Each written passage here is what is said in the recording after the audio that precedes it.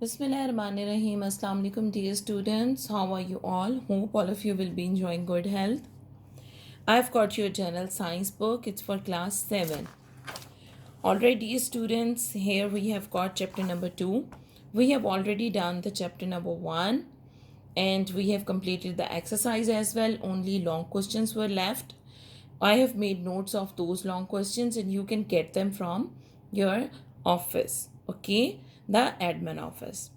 So what is the chapter number 2? Chapter number 2 is transport in humans and plants. So dear students, the highway system of a city helps to move food, water, petrol, garbage and other goods. Similarly, the transport system helps to move food, water, gases, waste throughout our body and a plant's body. यहाँ पे आप देख सकते हैं एक city का scene है और यहाँ पे जो हाईवे हैं ये देखें किस तरीके से इन्होंने एक नेटवर्क सा बनाया हुआ है रोड्स का। तो जब भी सिटी में एक जगह से दूसरी जगह हमने कुछ जाना होता है या कुछ सामान जाता है, फूड जाता है, पानी है, गार्बेज है, ये तमाम चीज़ें इस सिटी के एक हिस्से से दूसरे हिस्से की तरफ जाती हैं इन हाईवेज के थ्रू। तो उसको हम क्या कहते हैं? This is our transport system. So within our body we also have got certain kind of transport system. ठीक है, इसी तरह प्लांट की बॉडीज में भी होती हैं. Let's read it out. Okay, so move on to the next page. We have learned in the previous chapter that our body needs food and oxygen to produce energy. ये तो आपको पता ही है बेटा कि हम लोग को काम करने के लिए क्या चाहिए होता है? एनर्जी. और वो एनर्जी हमारे पास कहाँ से आती है? फूड से और ऑक्सीजन से. Waste are also produced in our body. और फिर जब हम फूड यूज़ करते हैं, ऑक्सीजन यूज़ करते हैं, तो हमारी बॉडी में कुछ वेस्ट भी प्रोड्यूस होते हैं, जैसे कि जो आपकी अनडाइजेस्टेड फूड है और फिर उसके अलावा आपके जो कार्बन डाइऑक्साइड है. So how do material move in our body? तो ये जो जितना मटीरियल है ये हमारी पूरी बॉडी में ट्रैवल करता है. तो ये किस तरीके से करता है? The supply of food, water, oxygen, etc. and removal of waste from our body is called transportation. Okay, so ये जो पूरा सिस्टम है जिसमें हमारी बॉडी को फूड मिलता है, वाटर और ऑक्सीजन है, उसके साथ साथ जो वेस्ट है वो भी हमारी बॉडी से बाहर जाता है, ये इस सिस्टम के तहत होता है जिसको हम क्या कहते हैं? Transportation. The blood circulatory system in our body serves this purpose. So circulatory system जो है हमारी बॉडी में वो ये काम करता है. तो अब हम देखते हैं हमारा जो ह्यूमन ब्लड सर्कुलेटरी सिस्टम है वो क्या है. Our circulatory system comprises the heart, blood vessels and blood. Our heart is a pumping organ. It pumps the blood in blood vessels. तो हमारा जो सर्कुलेटरी सिस्टम है इसमें हमारे पास हार्ट होता है, ब्लड वेसल्स होती हैं जो ट्यूब्स होती हैं जिनमें ब्लड ट्रैवल करता है, और उसके अलावा ब्लड इटसेल्फ. ये जो हमारा हार्ट होता है ये पंपिंग ऑर्गन होता है, पंप करता है. ये पंप करता है तो इसके अंदर ब्लड आता भी है और जाता भी है. So it pumps the blood in blood vessels. Let's read about heart. Our heart is a muscular organ about the size of our fist. Fist कहते हैं मुट्ठी को, तो हमारी मुट्ठी के बराबर होता है हमारा heart. All right, so the heart is found in our chest. हमारे सीने की जगह पर हमारा हार्ट होता है. It pumps oxygen poor blood. Oxygen poor blood के लिए हमारे पास एक सर्टन नेम है, deoxygenated blood, to the lungs, and oxygen rich blood which we call oxygenated blood to the body. Okay, so अब हार्ट क्या करता है कि जो ऑक्सीजन पुअर ब्लड है उसको देता है लंग्स को. लंग्स के अंदर क्या होता है? ये वाला जो ब्लड है ये साफ हो जाता है. और जो दूसरा हमारा जो है हार्ट का काम वो ये है कि जो ऑक्सीजन रिच ब्लड है, यानी वो ब्लड जिसमें ऑक्सीजन मौजूद है, उसको ये क्या करता है? हार्ट फुल बॉडी को पहुंचाता है. There are 4 chambers in our heart. 2 upper chambers are called atria, singular atrium. एक को atrium कहेंगे और जो 2 chambers होते हैं इनको atria कहते हैं collectively. And 2 lower chambers called ventricles. Here you can see we have got 2 ventricles and these are our atrium. These are atrium and these are ventricles. The ventricles of our heart are larger than the atria. So atria के निस्बत जो हमारे ventricles हैं ये बड़े होते हैं. Both atria contract at the same time and so the ventricles. So आपके जो atria हैं वो भी एक ही टाइम पे पम्प करते हैं और वेंट्रिकल भी दोनों एक ही टाइम पे पम्प करते हैं. यानी इनका जो काम है वो कलेक्टिव होता है, एक ही टाइम पर ये कॉन्ट्रैक्ट करते हैं. The blood passes from the atria into the ventricles. तो एट्रिया से ये जो ब्लड है ये कहाँ आता है, ये आपके वेंट्रिकल्स में आता है. There is a valve between each atrium and ventricle on the both sides of the heart. अब यहाँ पर हमारे पास वाल्व मौजूद होता है, वाल्व. ठीक है, अब ये वाल्व जो है इसका एक बहुत इम्पॉर्टेंट काम होता है. उसका काम क्या होता है वो हम पढ़ते हैं. These valves keep the blood flowing in one direction. ठीक है, इन valves का काम होता है कि ये blood को एक ही डायरेक्शन में मूव करते हैं. ठीक है, अगर blood दोनों डायरेक्शंस में मूव होगा तो बहुत कॉम्प्लिकेटेड हो जाएगा. ठीक है, तो इसको एक ही सीक्वेंस में नीचे जैसे अगर जाना है, इधर से इधर आना है, तो ये valve प्रिवेंट करते हैं कि blood इधर से वापस इधर नहीं जाए. Okay, so deoxygenated blood from the body enters the right atrium. तो राइट एट्रियम में क्या आता है हमारे पास, डीऑक्सीजनेटेड ब्लड. ठीक है, ये जो ब्लू कलर का है यहाँ पे हमारा डीऑक्सीजनेटेड ब्लड आता है. और ऑक्सीजनेटेड ब्लड लंग्स से कहाँ आता है, लेफ्ट एट्रियम में इधर. ठीक है, सो ये जो ब्लू एरिया है यहाँ पे क्या है, हमारा डीऑक्सीजनेटेड यानी गंदा खून है, नीला खून है. और यहाँ पर हमारा लाल है, रेड कलर का ब्लड है. और ये ऑक्सीजन रिच यानी अच्छा खून है, ये इसमें ऑक्सीजन है. और यहाँ पे हमारे पास जो है वो गंदा खून है क्योंकि इसमें ऑक्सीजन नहीं है. So the right ventricle pushes the blood to the lungs and the left ventricle pushes the blood to the body. Okay, so आपका जो राइट वेंट्रिकल है ये क्या करता है, एट्रियम से जो ब्लड है आपका डीऑक्सीजनेटेड वो आया वेंट्रिकल में. वेंट्रिकल इस ब्लड को कहाँ भेजेगा, लंग्स में. लंग्स में जाके आपका जो ब्लड है वो प्यूरिफाई होता है, साफ होता है. और जो आपका लेफ्ट वेंट्रिकल है इसमें कहाँ से आया है, अच्छा खून आया है, रेड सा खून आया है.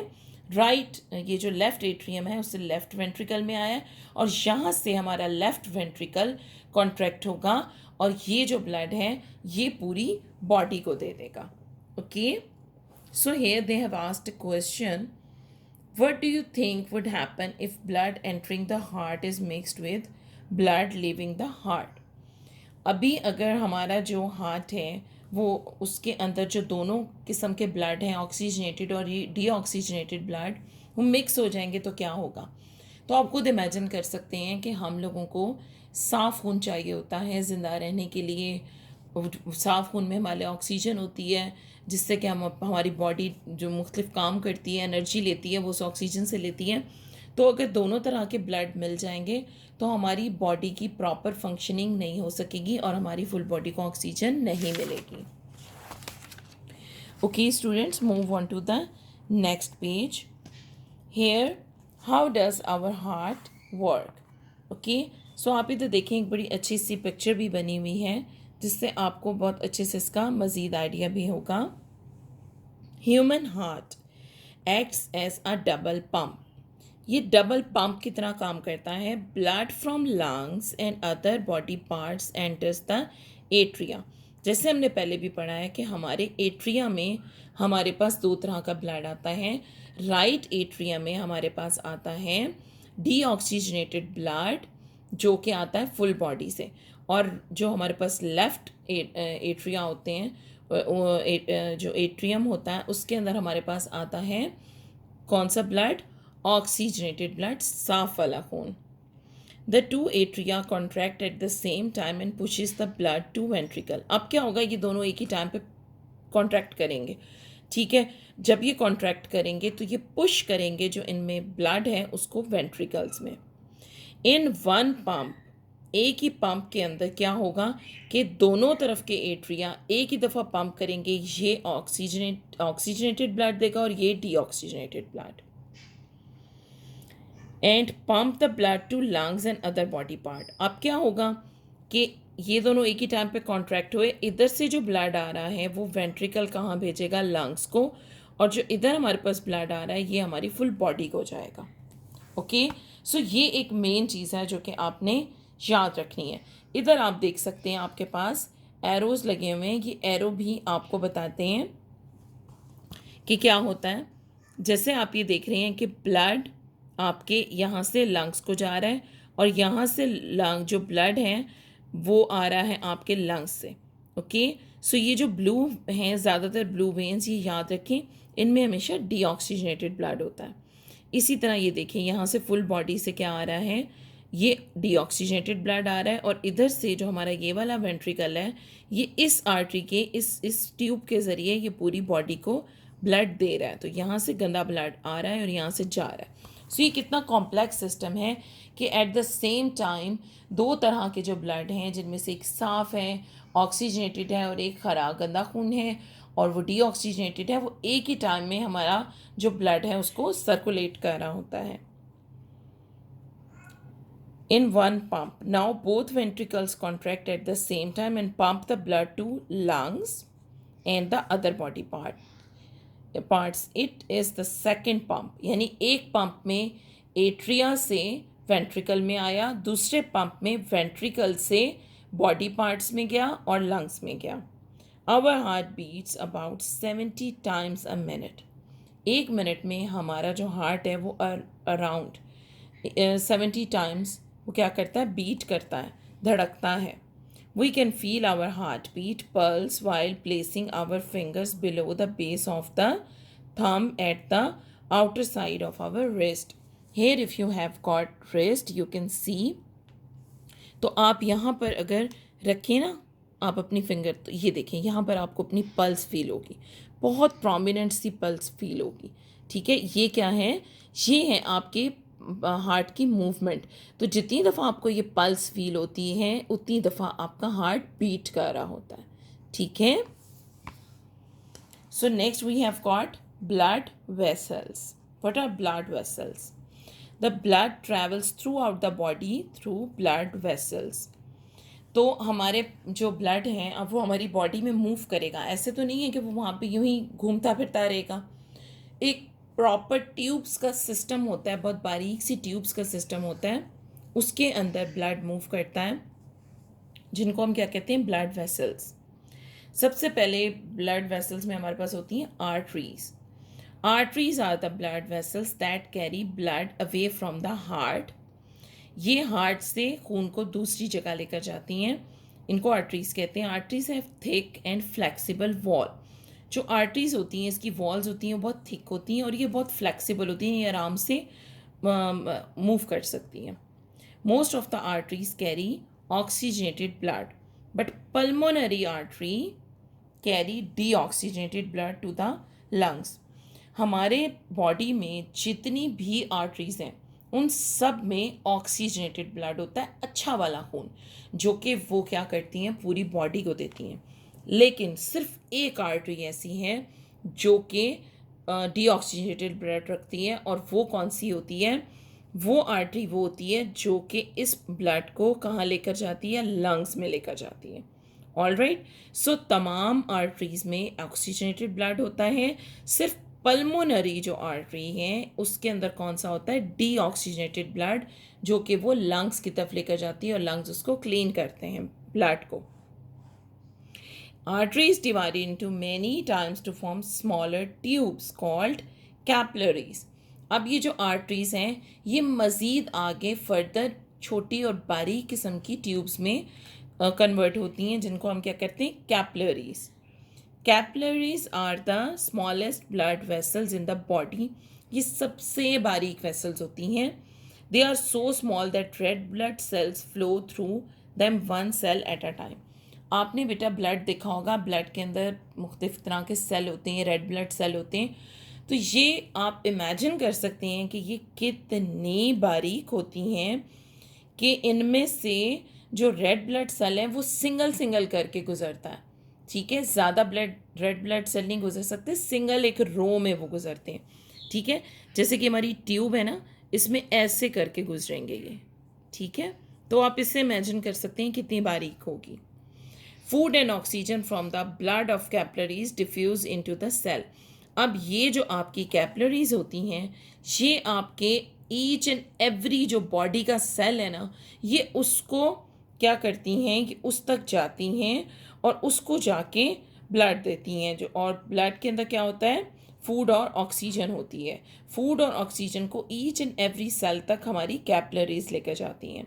Waste material and carbon dioxide from the cells diffuse into the blood of capillaries. अब क्या होता है कि ये कैपिलरीज जो जो होता है मटेरियल, जैसे फूड है, ऑक्सीजन है, वो सेल को देती हैं, और सेल के अंदर जो कार्बन डाइऑक्साइड होती है और कोई वेस्ट मटेरियल होता है, वो ये ब्लड के अंदर वापस ले लेती हैं, ठीक है।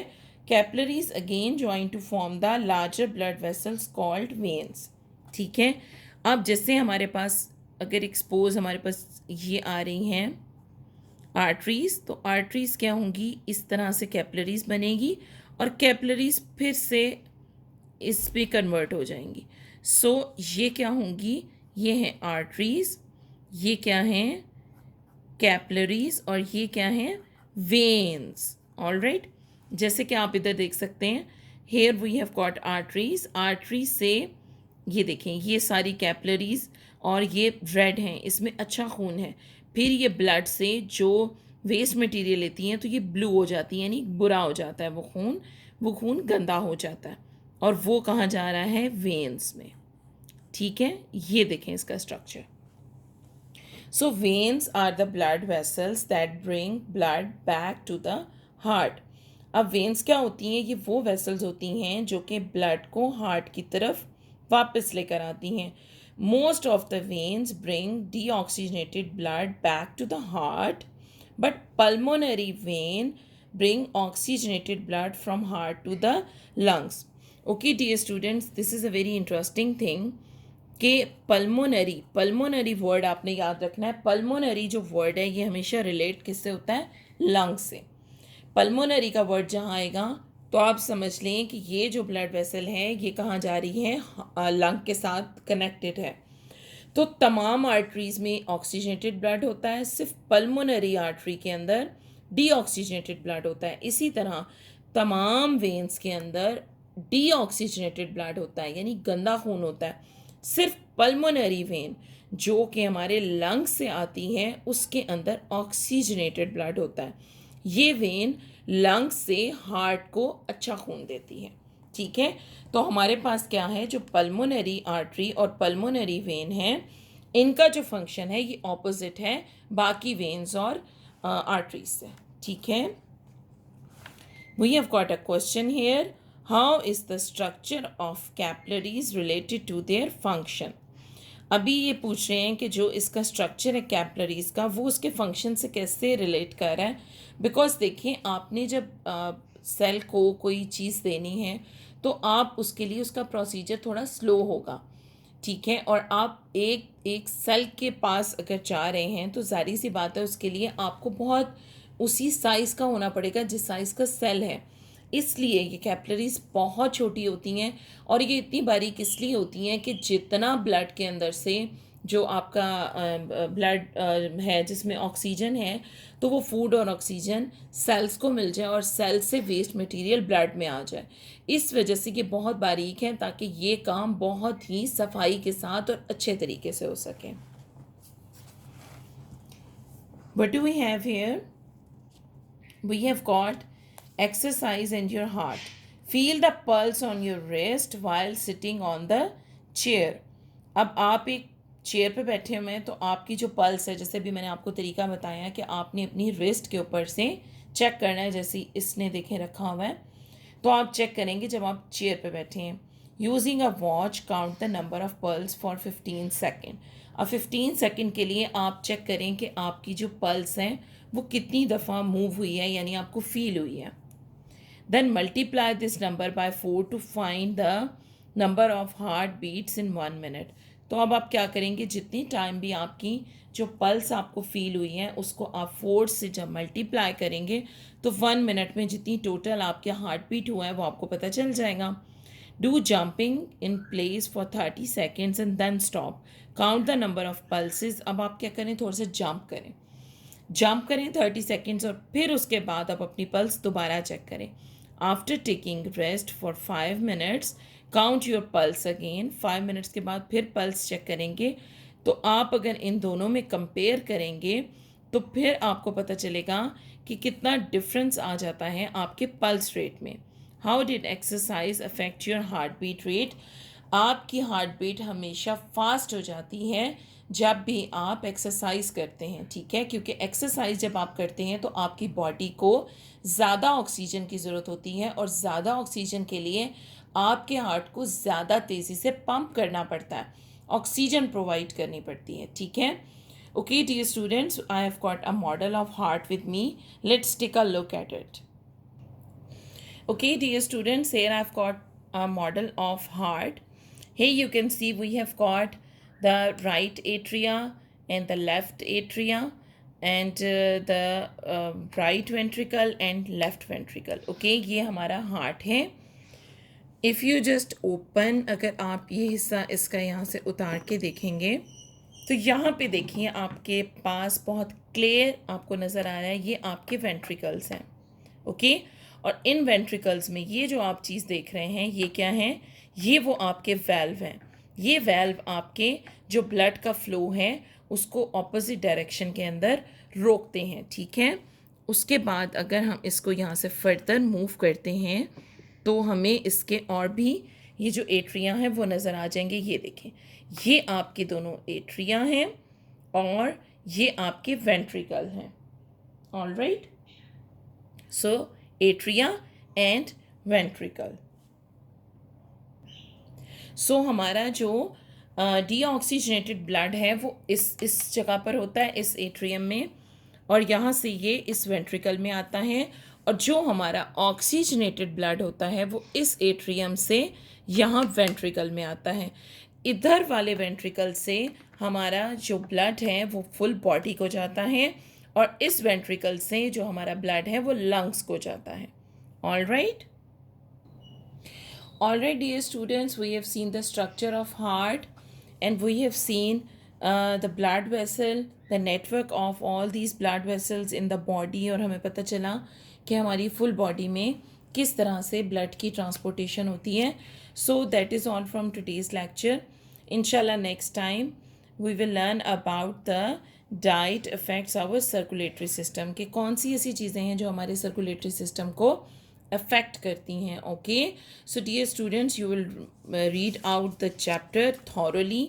इसमें जितने पॉइंट्स हैं उनको आप ज़रूर रीड आउट करेंगे ताकि अगर आपके एमसीक्यू उस चैप्टर में से कहीं से भी आते हैं तो आप उसे अच्छे से अटैम्प्ट कर सकें. उसके लिए थॉरो रीडिंग बहुत ज़रूरी है. Side by side I will provide you the notes of long questions.